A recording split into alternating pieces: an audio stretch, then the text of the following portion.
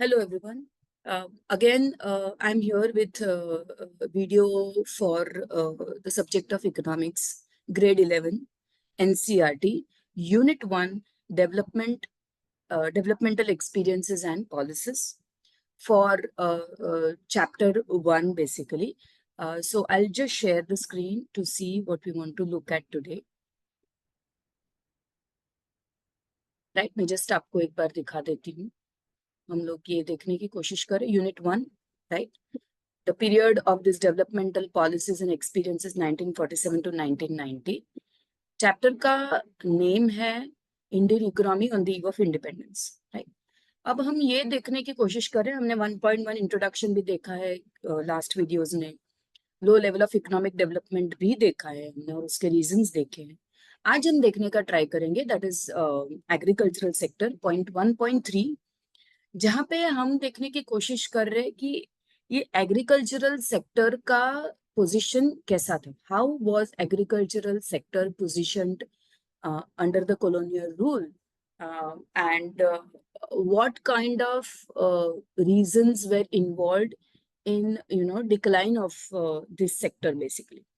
So अगर हम देखने की कोशिश करें तो there are several points that we'll try to list down. The first point being कहीं ना कहीं colonial rule पे भी देखो या आज भी देखो, majority of the population is dependent upon agriculture.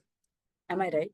So the first point is, under colonial rule, British rule also, majority of the population, but majority मतलब कितना, 85% of the population was dependent upon agriculture. अब ये बोलने की कोशिश करें कि majority of the population dependent था एग्रीकल्चर पे, तो कहीं ना कहीं मतलब ग्रोथ दिख रहा था, बिकॉज ज्यादा लोग इसके ऊपर डिपेंड कर रहे थे, तो ज्यादा ही ज्यादा लैंड इसमें कल्टीवेशन में लोग इंक्लूड कर रहे थे. बट ये फिर भी सेक्टर स्टैग्नेशन फेस कर रहा था. What is the reason? The reason being, इतने सारे लोग इन्वॉल्व होने पे कहीं ना कहीं प्रोडक्टिविटी इंक्रीज होना चाहिए ना. बट जितना लैंड अंडर कल्टीवेशन था, जितने लोग इसमें डिपेंड हो रहे थे, उतना ज्यादा ये सेक्टर उसके मुकाबले ग्रो करने के लिए नहीं दिख रहा था. तो will try to see the reasons behind it.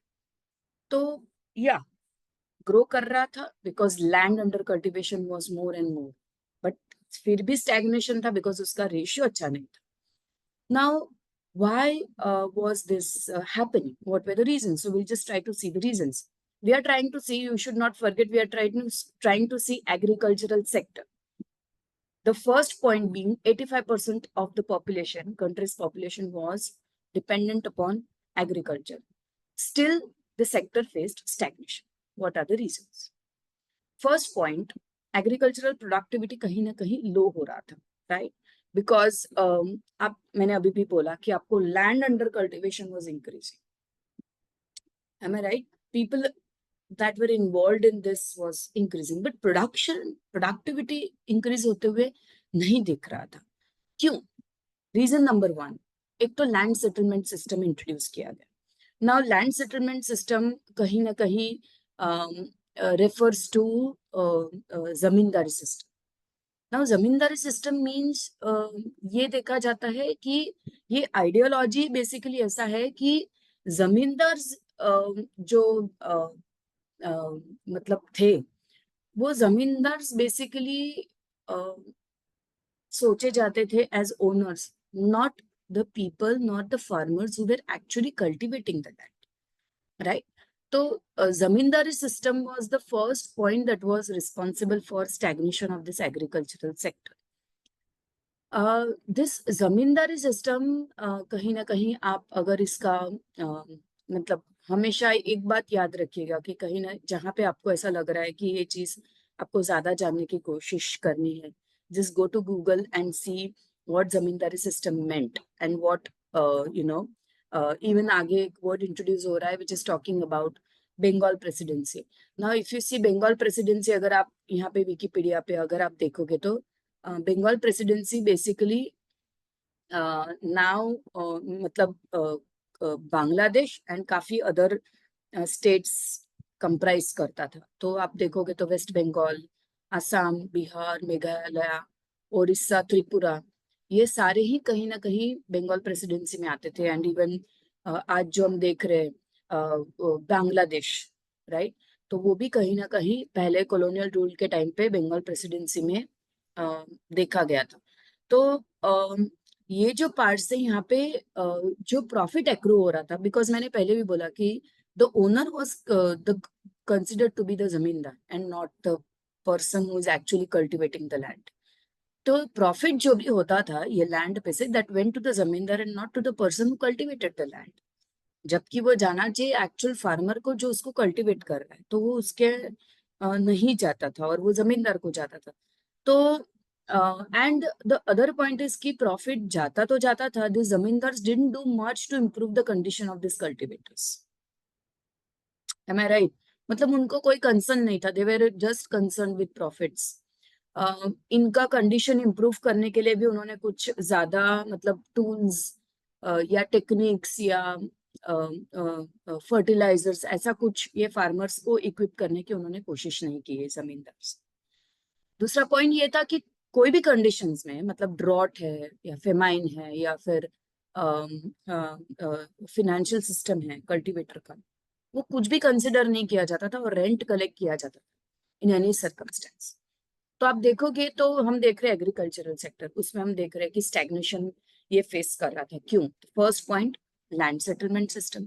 Land settlement system में क्या आता है? तो जमींदारी सिस्टम। जमींदारी सिस्टम में क्या आता है? तो zamindars were considered to be the true owners of the land, right. और ये ट्रू ओनर्स में क्या ये देखा जाता था कि कहीं ना कहीं ये लोग प्रॉफिट जो भी एक्रू करता था वो खुद ही ले लेते थे। रादर प्रॉफिट जाना चाहिए टेनेंट को, आई मीन जो not tenant, the person who cultivates the land.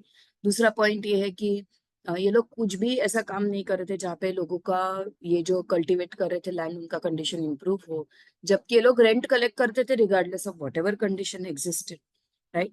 ये एटीट्यूड के वजह से कहीं ना कहीं zamindars were not respected and this led to exploitation of this farmers. दूसरा पॉइंट ये है कि मतलब कमर्शियलाइजेशन का ट्राई किया गया, लेकिन कहीं ना कहीं कैश क्रॉप्स कल्टीवेट किए गए। ओके, कैश क्रॉप्स भी क्यों कल्टीवेट किए गए? कि ये हमको भाई देना था ब्रिटिश इंडस्ट्रीज को back. Cash crops are the crops which immediately lead to cash, जो कन्वर्ट हो सकते हैं कैश में इमीडिएटली, राइट। तो ये क्रॉप्स का ज्यादा कल्टीवेशन किया जाता था so that they could be used by these British industries. दूसरा पॉइंट ये है कि क्रॉपिंग पैटर्न भी चेंज करने की कोशिश की गई, बट बहुत बहुत कम लोग इसको कर पाए, because again as I said zamindari system, technology नहीं था, टूल्स नहीं थे, फर्टिलाइजर्स नहीं थे, न्यू एज क्रॉपिंग टेक्निक्स उनके पास नहीं थे। और एक इम्पॉर्टेंट रीजन है रेवेन्यू सेटलमेंट सिस्टम। मतलब जमींदार भी ये एटीट्यूड के लिए क्यों रिस्पॉन्सिबल थे? बिकॉज उनको भी तो अपना रेंट पे करना था या अपना टैक्सेशन देना था Britishers. It was like hierarchical, exploitation was hierarchical in nature. Zamindar collect कर रहे थे from this farmers because land settlement system इसीलिए था बिकॉज रेवेन्यू सेटलमेंट सिस्टम था। मतलब कुछ भी हो, जमींदार को भी रेंट या जो भी प्रॉफिट है या जो भी टैक्स है वो तो पे करना ही है कॉलोनियल रूल को। तो ये जो चीजें थी, ये सारे ही led to deprivation of this people who were farmers in this agricultural system.